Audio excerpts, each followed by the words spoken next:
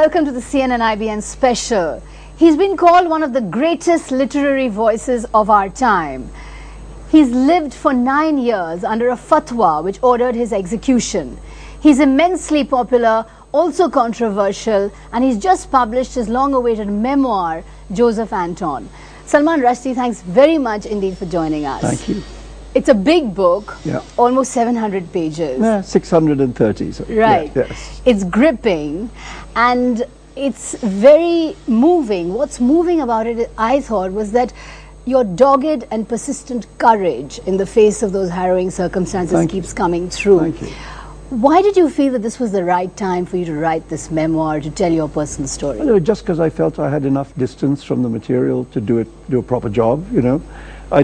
For a long time I didn't want to write it because I felt too close to it emotionally, and frankly, when I escaped from that cage, the last thing I wanted was to go put myself back in the cage to write about it. So I've waited until I felt I could approach the subject properly. You write in the book that you became a man in those years of the fatwa. Nobody loved, but many hated. You became that man.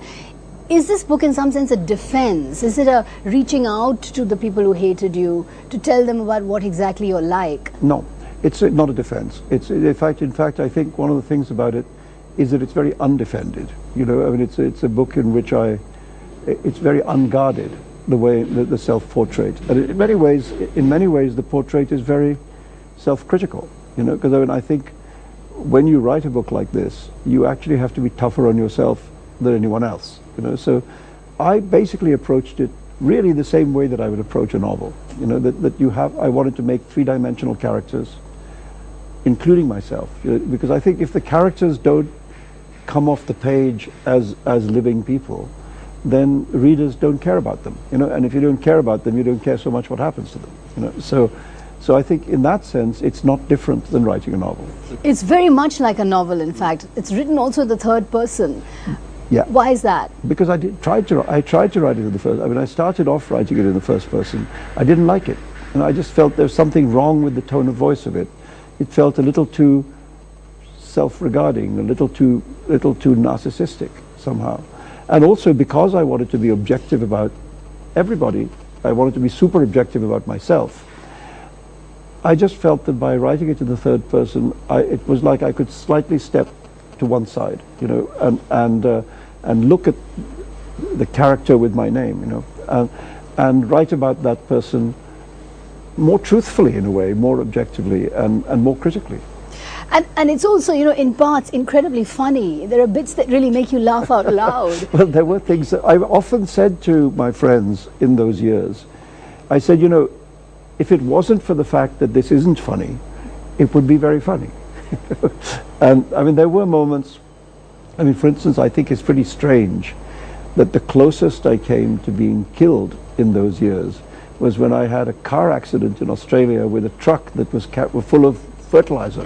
Full of dung. This truckload of dung, which, you know, fortunately didn't spill all over me, but that was the closest I came to me, and I felt it. I mean, there was a ridiculous moment after this accident in which, you know, nobody was killed. When the police showed up, they started interrogating this poor Australian truck driver as if he was an Islamic terrorist. The book is called Joseph Anton, but it could easily have been called Ajeeb Mamuli. I love that name. That was the name that you originally suggested to the police. I know. I never thought they'd buy it. Why does the name Ajeeb Mamuli exemplify your predicament? Well, because of the contradiction, you know, that it's both strange and ordinary. Your life changed after that fatwa, and you've written. It was not just the book, but it was because of the political situation that Khomeini found himself in, that your book was simply a political way in which he could regain the momentum of the Iranian revolution. Yeah, I mean, I think the truth is, you know, Khomeini died quite soon after that, you know, and I've often thought that if life had been a little different, you know, I mean, if he had died a few months earlier or if the book had been published a few months later, you know, we wouldn't be having this conversation. You know, it really was just sort of my bad luck to be his last stand. In that sense, because your book became not about the agitation was not about your book, but because of what it represented, the political symbol of anti-Islamism that you became. Do you feel that that is a burden that you continue to carry, to be this political symbol of anti-Islamism? Well, not exactly. I think what happened is that in the Muslim world, there was a very successful attempt to demonize me, you know, and to turn me into this kind of enemy, you know. And I think the legacy of that is still there. I think there's a lot of the Muslim world that still thinks like that, and there's not much I can do about it. You know, in the end, you can't think about too much about how other people define you. You know, you have to just go on down your road. And my view is, you know, I never even thought of myself as primarily a religious writer. You know, I just happened to write a book in which one of the characters was involved with the subject of Islam. You know, but that's never was primarily where my interest lay. In fact, even in that book, Islam is very much a sub-theme in that book. It's mostly a novel about immigrants in England and having to adapt to the situation, the new life in a new world. So, you know, I mean, it feels like a shame that there's a big chunk of the world in which my name has been so blackened, you know, and all I can hope is that with the passage of time that changes. Yeah, and you also write about India today and its role in lighting the fire. The sensational headline that they came up with, which was an unequivocal attack on religious fundamentalism. That was how they extracted your book. They broke the embargo and extracted Satanic Verses. Do you continue to believe that that article in India today did a lot of damage? That's what lit the fire. I mean, you know, truthfully, given the scale of what then followed, probably if that had not done it, something else would have done it. You know, but as it happened, that is what did it. And it was an inaccurate reading of the book. It was a very distorted reading of the book, and it was published before the book had ever reached India. So it meant nobody could read the book for themselves and see what it was actually about, and it allowed these couple of Muslim MPs, you know, led by Shahabuddin, to get the book prohibited before any copies had reached the country. You know, so it was banned without ever being looked at. You know, and that seemed shocking to me. You know, and one of the reasons why I think it's shocking is because since that time, the attacks on free expression in India have mounted. You know, and it's become easier and easier to begin to attack writers, painters, scholars, cartoonists. We'll come to that in just a bit. I want to ask you whether you're still as proud of India's openness as you once were. As you've written, you've always been proud of India's open democracy, but you're not anymore. But let me just come back to the fatwa for a minute. You know, the fatwa ruined your life for those 9 years. But it also made you into this kind of global icon of free speech. Is that a role that you relished? Is that a role that you... Well, I don't know whether you relish it, but I mean, I think one of the things I felt when I regained my liberty was that it was very important that this didn't just happen to me. You know, that there are a lot of writers under attack in a lot of countries, not just Muslim countries. You know, there's a lot of attacks on free speech in parts of Africa and in much of China and elsewhere in Asia. And even in certain corners of Europe. I mean, in America, there was an attempt to ban J.K. Rowling in America because it was suggested that her books promoted devil worship, you know, witchcraft. And so I felt that I had been strongly defended by a lot of my fellow writers in those years. And I thought it was time to give something back, you know. And so one of the reasons why I became very involved with the free speech subject and with free speech groups, I mean, you know, like the PEN Writers Organization, was precisely that. I thought, you know, I'm not the only person in the history to whom this has happened. You know, there are other people in danger, other people under attack every day. And I wanted to do my bit for them, just as many people had done their bit for me. And you also write very interestingly that there can't be two theories of Islam, that there's one true Islam of faith and love and there's another Islam of the bloody theocracies. You believe that that's wrong. There are no two Islams. It's just that one Islam, and that Islam is in crisis. I think that something has gone seriously wrong. You know, I'm just talking about in my lifetime. You know, when I was a kid, many of these cities, which in the Muslim world, which are now in a state of such crisis, you know, Beirut, Damascus, Tehran, Baghdad, you know, within our lifetime, those cities were very different places. You know, Tehran was a great cosmopolitan capital, you know, intellectual, artistic, cosmopolitan capital. Beirut, so much so that people used to call it the Paris of the East, you know, with good reason, you know. And so the Muslim culture within our lifetime has been something much more open, much more tolerant, much more interested in the world outside Islam, you know, not so closed off, not so paranoid. And I felt that was a richer way to live, you know, just for people. I'm not very theological. I'm talking about how human beings live their lives, you know. And I know that, Pakistan used to be a very different place, you know, than the Pakistan that now exists. It was never a place in which people rammed religion down your throats, oddly. You know, it was every time Pakistanis were actually given a chance to vote, they would vote against the religious parties and for the secular parties. So, as I say, within my lifetime, there has been this other Islam, which was a much more attractive thing, I think.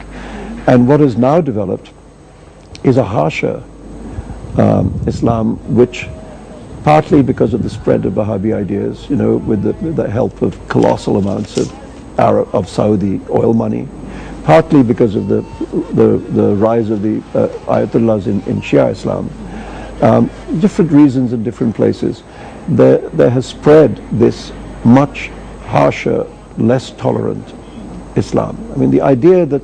And is it spreading? Is it growing stronger? Well, I don't know. You know, you could argue that both ways. I think it's attractive to a lot of particularly young men, you know, and I think one of the glamorous and particularly for people who's, you know, in many of these countries are economically very disadvantaged, you know, and the prospects for young people of making a good life for themselves and, you know, marrying, raising a family, these things, it's very improbable that they would ever be able to do anything like that because they're just close to destitute, you know, and the jihad seemed to give them a direction, you know, and a purpose and a sense of self-importance and so on, and you can see that that's alluring to certain kinds of people. But as against that, it's quite clear that most of the people who've been really oppressed by Islamic radicalism are Muslims. You know, the people most oppressed by the Taliban were the people of Afghanistan. You know, the people most oppressed by the Ayatollahs are the people of Iran, you know, and so on. So you feel that in the end, or even maybe beginning already, that there's a rejection of that kind of Islam. Whatever happens in the so-called Arab Spring or in the aftermath of it, much of the aftermath is disappointing, you know. But I think the big losers of that whole movement are the jihadis, because the one thing that it showed, all those movements across the Arab world showed, was that you could actually change your society in another way. You didn't need to be... But except that, as you know, the US ambassador to Libya has just been killed because of that documentary on the Prophet. I know, but we don't know. You see, I just want to not do the kind of Mitt Romney thing of shooting my mouth off before I know what I'm talking about. Because there seems to be some doubt about why the attack took place. And I mean, like today there's a story that it might be actually a September 11 related attack, you know, a sort of planned professional attack, rather than a response to this film. I mean, obviously this film is a piece of garbage, you know, but a piece of garbage doesn't justify killing people who had nothing to do with the piece of garbage. Let's talk a little bit about you and religion. You write very often in the book about your own atheism and your own humanism, but you still say you're fascinated by God and religion. In fact, you say it was curious, it's so avowedly a godless person should keep on trying to write about faith. Yeah.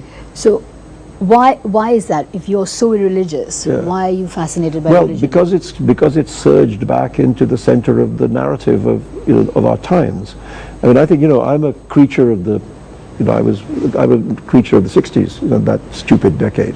You know, and one of the things we all thought at that time was that religion was over, dead subject. You know, that was in the past, and that we were talking about different things. The idea that religion would return to the center of the stage, you know, would have seemed absurd if you had said that to anybody in 1968. You know, and we were all wrong. They were all wrong. And I think it's not just Islam. You know, I think the rise of the Hindutva, you know, I mean, I think that's a very worrying thing. And I think, you know, I live in New York, and this is an election year, and you can see all around you the power of the Christian right, you know, to influence. Why do you think that is? Why do you think religion is enjoying this kind of renaissance? I don't know. It's a mystery to me, because I find it so difficult to join that club, you know. But it's partly, I think, to do with the fact that the world is changing at a colossal and unpredictable speed, you know, and many of the old certainties dissolve in our hands. You know, the way the world was yesterday is not the way the world is tomorrow. You know, and I think often in times of such rapid transformation, there are people who sort of clutch at certainty. You know, and the thing about religion is that it offers you a thing that is fixed. You know, in a world that is metamorphosing all around you. You know. It offers you something which feels permanent, you know, and eternal. So in your mind, is religion wrong? Is it just untrue? Are the gods are all unnecessary and irrelevant? Yeah, I think that, yes. I think what's happened in our time is that religion has moved out of the private arena, you know, and I think in the private sphere, it's nobody's business. It's between you and your God, you know.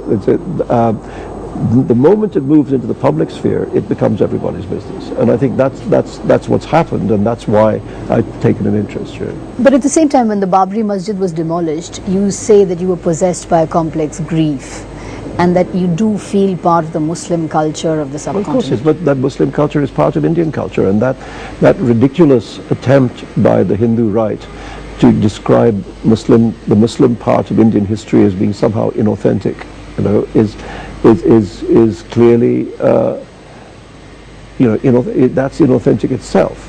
So I often thought, you know, if India had any sense of its own history, it would have a protected monuments law, you know, like most countries do. So why were you sad when the Babri Masjid was demolished, if you're not a believing Well, because it's beautiful. Because it's beautiful, and because it's a link to the history of the country, you know. And I'm, by training, a historian, and I'm interested in beauty, you know, and I'm interested in architecture. And the Babri Masjid was a beautiful thing, and it was one of the oldest such buildings in the country. And, you know, I would feel sad if somebody went and knocked down the Taj, you know, and we have this, you know, in India we have this very complicated old history, and by the way, everything is built on top of something else, you know. When you have a country as old as this, a culture as old as this, everything's on top of something, you know. So you could dig under a Hindu temple and find a Buddhist temple. But as far as you're concerned, you do visualize yourself or see yourself as an Indian, as a South Asian Muslim. I don't see myself as a South Asian Muslim. I see myself as an Indian person, you know, from a Muslim family. Right. And my family varied a lot. You know, I mean, my own parents were not observant. My mother not really observant at all, apart from not wanting to eat pig. That was the extent of Islam. You know, in our house, no pigs. You know, my father was very openly atheistic, and you know, communicated that to me, as I have communicated it to my children, I have to say. So you're an atheist and yes. a humanist. Yes, I mean, you know, perfectly reasonable thing to be. And I mean, I was talking to my sister about this recently, and she said that the thing that she felt that I had done in the Satanic Verses was just to make that statement that nothing is off limits. You know, that there can't be areas that you can't discuss. You know? And that may be what some people didn't like. Did you ever feel that your enemies had a point? Did you ever feel that there was something in the Satanic Verses No. which if you could, you would do differently? No, they didn't have a point. They were wrong. Let's come to India. You were talking about that you see yourself as an Indian person now. Midnight Children is your classic book. It's the winner of the Booker of Bookers, and it's actually defining an entire culture, an entire generation. You and India are the same age. You're Yes. like twins. Yes. Is that 1947 generation unique? Do you think that you became a writer because you were born in 1947? Well, I think what's interesting about it is that it's a transitional generation. You know, I think and generations of transition are always interesting and unlike what came before and what comes after. You know, we know enough about decolonization to know that it doesn't end on the day that the colonial power leaves. You know, that there's an aftermath, there's a sort of aftershock. You know, and it's certainly the case that my generation growing up, there was still a lot more of a kind of English leftover legacy hanging over India. You know, and slowly the emergence of a national identity, if you like. You know, and one of the things that interests me about the Bombay movies in those days is that many of the filmmakers consciously thought they were engaged in the business of nation building. You know, that the films were, many of the films, and not just Mother India, you know, but many of the films were there in order to try and develop a kind of sense of the nation, you know, in audiences. And that, you know, that was the generation in which that's what people were trying to do. They were trying to create the nation, you know, because again, the nation is not fully born on the day it's born. You know, it's like any newborn baby, it has to develop and mature and grow up, you know. And so I guess we were that generation. What comes across in your book actually repeatedly is your love for India, your enormous attachment to India, how India inspires you and how you consider yourself a Bombay boy. And you also say that the wounds inflicted by India were the deepest. Yes. And India has hurt you. India was the first to ban Satanic Verses, and now your film Midnight Children has not found an Indian distributor. Well, I mean, I think the press has been just a little bit ahead of itself there. You know, I mean, we only showed it at the Toronto Film Festival last weekend. And I mean, I spoke with the producer yesterday, and he said he's having a lot of conversations. You know, I mean, I don't think that subject is over. You know, so I think the press has just been a little too quick to jump. You know, I saw some stupid story saying that India was insisting that my voiceover narration be taken off the film so that it could be shown, and that's just garbage. There's no such story. You know, it's just that somebody made that up. You know, and certainly we would not do that. You know, but as I say, let's wait and see. Right, but broadly, you know, the kind of rebuffs that India has repeatedly given you, has that hurt you a lot? Yeah, yeah. I've heard some stories about how my books get rejected for university syllabuses because people say, "Oh, he's not really an Indian writer," you know. And I think, really, you know, I mean, in what sense? Where is the foreign blood? You know, and that's insulting, you know, because I think that whatever you think about me, you know, these books have been influential in the development of Indian literature, and so at the very least they should be studied. Just to come back to the point you were making about intolerance, do you worry that India is no longer that haven of creative thinking and freedom of thought? Yes, I do, because I think all you have to do is to look at the attacks that have taken place recently. You know, the attack on Ramanujan's essay about the 300 Ramayans, you know, and the fact that it was removed from the Delhi University syllabus, the attack on Rohinton Mistri's novel, which was immediately removed from the Bombay University syllabus, you know, this attack on the cartoonist for his, I mean, perfectly okay cartoon. You know, it seems to me, I mean, India has such a great tradition of political cartooning. You know, we didn't just discover this art. You know, we've been very good at it, as a matter of fact.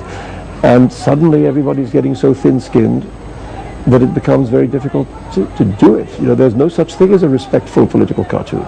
You know, the nature of the form is disrespectful. You know, and you know, the leaders of the country in the early days after independence were constantly lampooned in cartoons and never attempted to suppress them. You know. So we've become too thin-skinned, maybe. And does Hindu intolerance bother you as much as Islamic intolerance? Because Hindutva intolerance also is behind many of these attacks. Well, I mean, in India, certainly in India, you know, it's actually more dangerous because there's simply more Hindus. You know, I mean, so it's that majoritarian intolerance is always the most worrying. You know, for instance, the case of Hussain, being attacked for painting Saraswati unclothed. Well, I want to see the pictures of Saraswati clothed. Who paints them? Who paints those? Where are they? You know, where are the statues of Saraswati wearing a dress? You know, etc. You know, the way in which Hindu deities have always been depicted is substantially unclothed. You know, they're very ornamented. You know, they're always wearing jewels. But the amount of clothing is never been an issue, you know. So obviously it wasn't that. It was that it was a Muslim artist painting a Hindu goddess in that way. So it was in fact, it was a sectarian attack. It wasn't really about the pictures, because, as I say, that's how Saraswati is always depicted, you know. So, but the fact that Hussain was lost to India for so long, and that much of his work has been permanently lost to India as a result, is a tragedy, you know. And there are so many of these stories now. You know, the attack on the museum, on the library in Pune, Darker Institute, yeah, for James Lane's because book. of James Lane's book. I mean, like seems like every day there's another story, and that, I think, has enormously endangered free expression in India, and I think it's something for Indians to think about.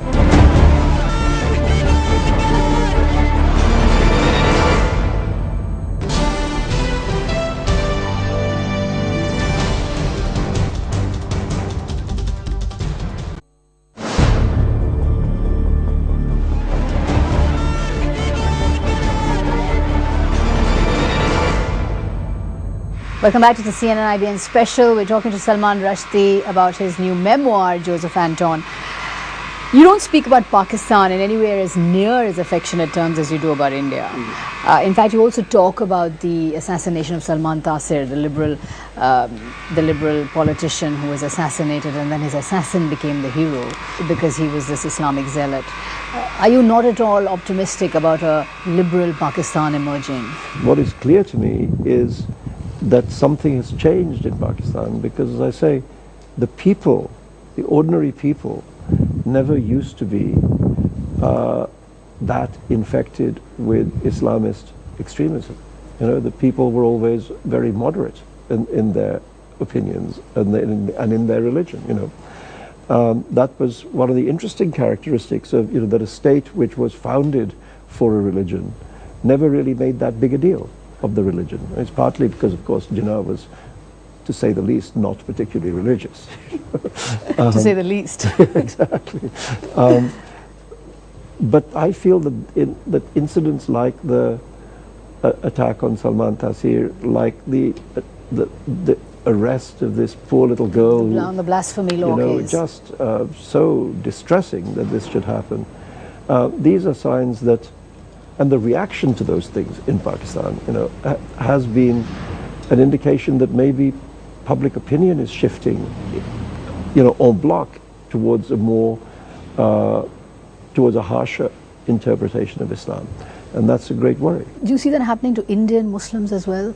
Indian Muslims also shifting to that harsher Islam? I mean, maybe there's a little bit of it, you know. I mean, for instance, even in a place like Kashmir, where the kind of Islam on offer used to always be very Sufi influenced Islam, you see the beginnings of this harsher Arabized Islam, you know, and I think that is being just spread. And there, of course, are groups in India, Muslim groups, who are interested to push that harsher ideology. So that's a great shame, because I think, you know, the Indian Islam in which I grew up was always a very open, tolerant, argumentative, talkative, you know, very cultured community. A lot of the great poets of India came out of that tradition, and it would be a shame for it to be lost.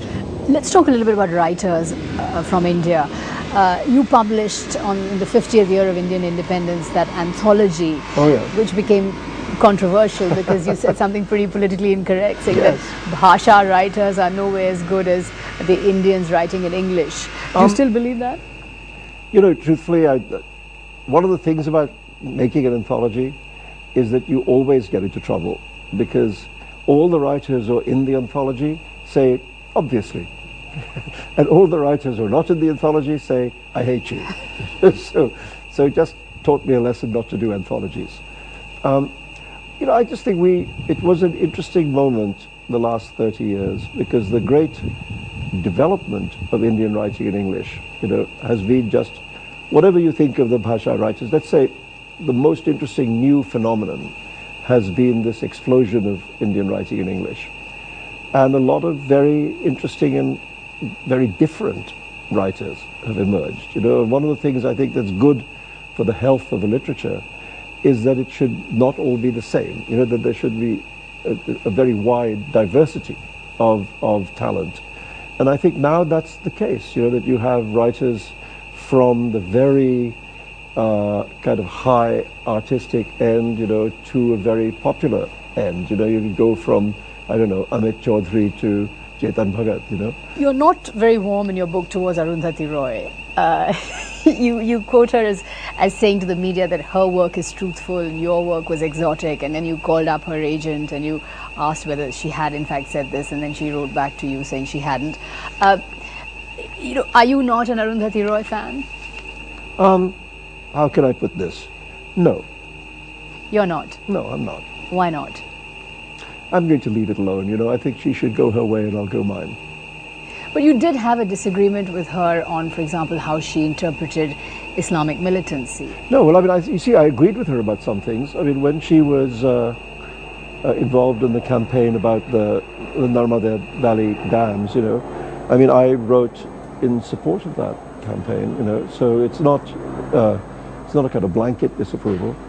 I think the way in which she responded to the terrorist attacks in Bombay was something that I took exception to, you know, as did many people from Bombay, you know, by the way. I thought her remarks were in very poor taste. Because you keep saying that you can't tie up Islamic militancy to a search for justice. It's not as if this is justice denied and therefore youth are becoming militant. This is just an obscurantist movement. Well, I think it's about power, not justice. You know, I think that's to say, it seems to me that when religion acquires this militant political dimension, it's about power. The purpose is I mean, the Taliban weren't about justice. They were about a power grab. So is Al Qaeda. You know. So is where. So you have to see it as a manifestation of a desire for power, not a manifestation of a desire for justice. And that's one of the things. No, I mean, you know, she has said that herself how much she differs politically from me. So let's just leave it at that.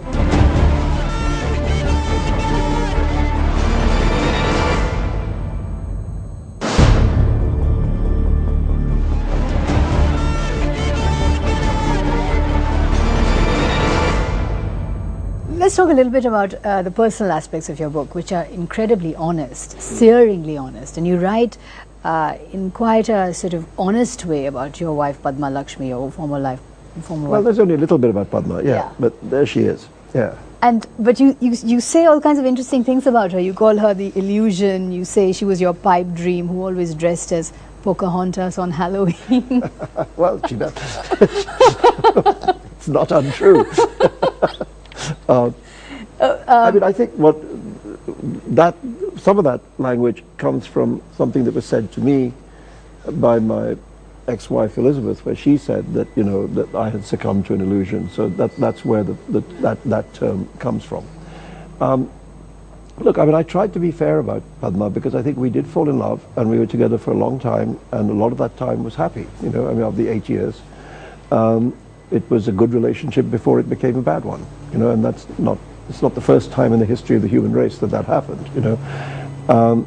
And what I was trying to say, that there was the part of it that I think that maybe I got wrong, was to load too much expectation on her, you know, that for her to become this kind of metaphor, you know, of a kind of Indian past joined to an American future and so on. And this ridiculous fact that I met her under the Statue of Liberty, you know, Right. which I literally did, you know.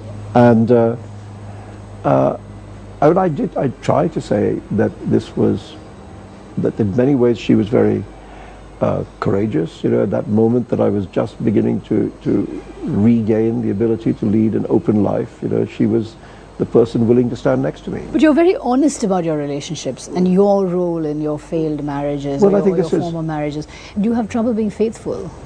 No, I mean, many of these were very long relationships, you know, I mean, and during which I was very faithful. I mean, you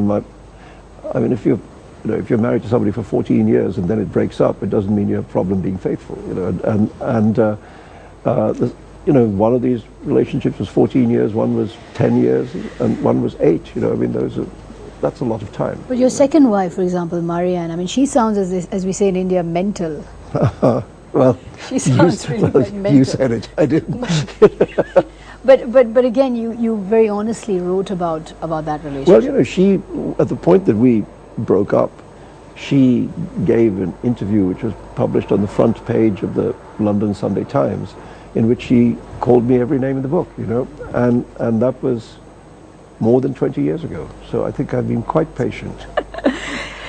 At the end of the book, you quote a long debate which you had with John le Carre about free speech. And John le Carre made the point that free speech is fine, but you can't insult great religions. And you made the point that no, free speech is important.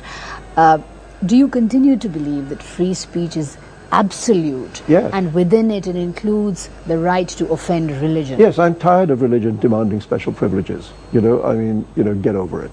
You know, there's no other idea in the world that demands protection. You know, if ideas are strong, they can stand criticism. You know, and there has to be, in any open society, you have to be able to discuss everything in whatever terms you choose. You know, that's just the nature of openness. You know, otherwise you're starting to create a semi-closed society. And I mean, I think in a way, I regret the argument with John le Carre because I admire him as a writer, and I prefer not to have had it. But I think there are 2 points to make. One is specifically about religion, that in the 18th century in Europe, the writers of the European Enlightenment, who basically forged what we now think of as the modern idea of free expression, they very much knew that their battle was not against the state, it was against the church. And in those days, the Christian church, with its inquisitions and anathemas and excommunications and so on, had a whole range of weapons with which it tried to limit what could be said, what could be discussed, you know. And it's clear that those writers, Voltaire, Diderot, Rousseau, Montesquieu, they saw that the battle for freedom was to be fought against that, you know. So this is just another chapter of that, you know. So different religions, but Right. same battle. The other point that he made, le Carre, was he said that if you take on a known enemy and then it starts behaving as you know that it does, then you can't be surprised and you can't ask for sympathy. Well, if that's true, then the entire noble history of writers confronting tyrants is to be dismissed, because they knew, you know, Mandelstam knew what Stalin was like, you know, Lorca knew what Franco was like, you know. Writers have always taken on tyranny, always, knowing that it's tyranny, knowing that it endangers them, and still doing it because they think it's important to do. So you think art is always on a collision course with power? Not always, not all art, not all power, you know, but it seems that whenever a country falls into the hands of authoritarian or tyrannical rulers, the first thing they try and do is to shut down artistic expression. It seems to be what they're most afraid of, you know. And it's odd because writers have no armies, you know, and yet they are still to this day, you know, what tyrants fear most. You know, there's a great line in Italo Calvino's novel, If on a Winter's Night a Traveller, and he says that you could always tell, I'll slightly misquote, but still, you could always tell the degree of respect that a country has for literature by the size of the apparatus that it sets up to repress it. And there's, you know, there's a truth in that. Just on that point about literature, again, there's a lot of nostalgia in your book about a time when literature was important. You quote the words of Shelley where you say, writers were once the unacknowledged legislators of the world. You hark back nostalgically to a time when ideas and books were important. Do you lament the sort of declining importance of the book and the reading culture? You know, now in America, for instance, instead of having the likes of Susan Sontag and Norman Mailer and so on commenting on the world, you have instead the people who do, the artists who do have that ability are movie stars. You know, so if you're George Clooney or Angelina Jolie or whatever, then you have a voice in politics. You know, whereas writers tend not to in America. I mean, in other parts of the world, it's still better than that. You speak a lot in your book about finding a voice, about finding your voice as a writer. Have you become the writer that you always wanted to be? Oh, well, I mean, I think the thing about being a writer is that it's an endless process of becoming, because you don't stay where you are. You know, I mean, I'm not any longer the same as the person who wrote Midnight Children, for instance. You know, I mean, when that book started, I was probably 28. You know, I mean, when it was published, I was 33. And, you know, 32 years later, I'm not the same person, you know. I probably couldn't write that book now, and I suspect that young fellow couldn't write what I'm writing now. You know, so you go through an endless process of becoming. Your relationship with language changes. Your relationship with, you know, your subjects change. You feel that you've done something enough, and you want to do something else. And you know, it's a journey. You know, and I think that's, fortunately, one of the great things about doing this job is you don't have to stop. You know, you don't. I mean, I'm actually, you know, at 65, I'm retirement age. You know. What's the best way, as a last question, what's the best way to keep up the fight against bigotry and zealotry and defend freedom of speech? You've often said the argument is the most important thing. Yeah. What's the best way to defend freedom of speech? Well, I mean, fearlessness. You know, I mean, let's say we live in a very timid time, partly because there have been all these threats and attacks and so on. But I think the artist, at least, must continue to be fearless, you know, and do his work without regard to those kinds of consequences. And then it's up to the society as a whole to make sure that the space in which art can flourish, you know, is protected. And maybe India is not doing such a good job. Salman Rushdie, thanks very much indeed for joining us. It was a pleasure. Thank you.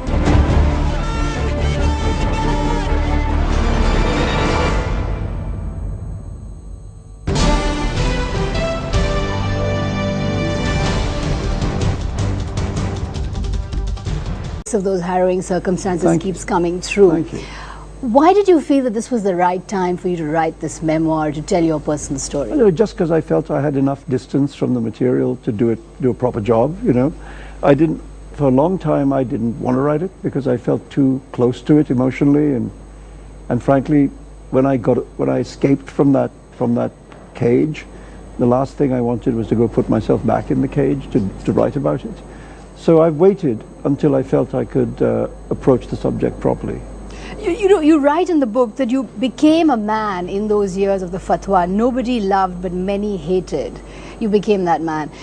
Is this book in some sense a defense? Is it a reaching out to the people who hated you to tell them about what exactly you're like? No, it's not a defense. In fact, I think one of the things about it is that it's very undefended. You know, I mean, it's a book in which it's very unguarded, the way the self-portrait. And in many ways, the portrait is very self-critical. You know, because I mean, I think when you write a book like this, you actually have to be tougher on yourself than anyone else. You know, so I basically approached it really the same way that I would approach a novel. You know, I wanted to make three-dimensional characters, including myself, you know, because I think if the characters don't come off the page as living people, then readers don't care about them, you know, and if you don't care about them, you don't care so much what happens to them, you know. So I think in that sense, it's not different than writing a novel.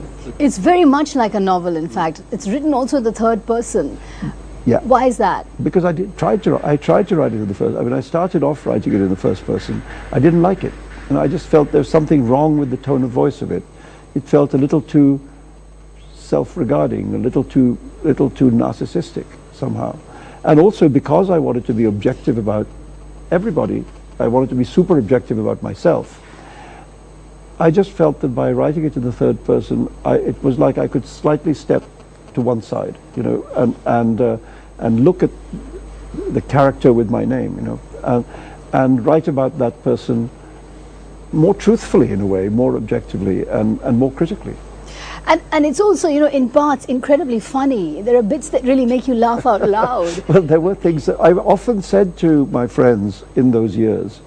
I said, you know, if it wasn't for the fact that this isn't funny, it would be very funny. And I mean, there were moments, I mean, for instance, I think it's pretty strange that the closest I came to being killed in those years was when I had a car accident in Australia with a truck that was full of fertilizer. Full of dung. This truckload of dung, which, you know, fortunately didn't spill all over me, but that was the closest I came to be, and I felt it. I mean, there was a ridiculous moment after this accident in which, you know, nobody was killed. When the police showed up, they started interrogating this poor Australian truck driver as if he was an Islamic terrorist. The book is called Joseph Anton, but it could easily have been called Ajeeb Mamuli. I love that name. That was the name that you originally suggested to the police. I know. I never thought they'd buy it. Why does the name Ajeeb Mamuli?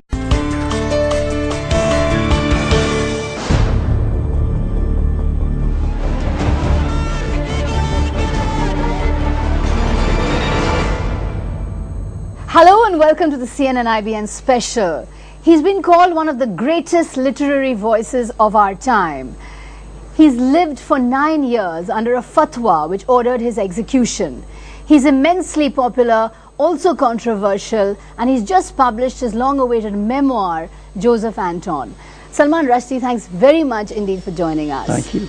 It's a big book, yeah. Almost 700 pages. Yeah, 630. So, right. Yeah, yes. It's gripping and it's very moving. What's moving about it, I thought, was that your dogged and persistent courage in the face